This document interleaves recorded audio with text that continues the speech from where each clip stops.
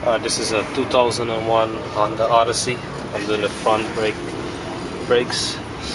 There's two 14 bolts on here and one at the bottom. Just take those two off. Or you can just take the bottom one off, tilt the caliper up, and you take off your old brake pads, put in the new one back, and compress the piston back to the caliper. And that's it. Passenger side is the same. 14 ratchet and a socket, or you can use a 14 box wrench.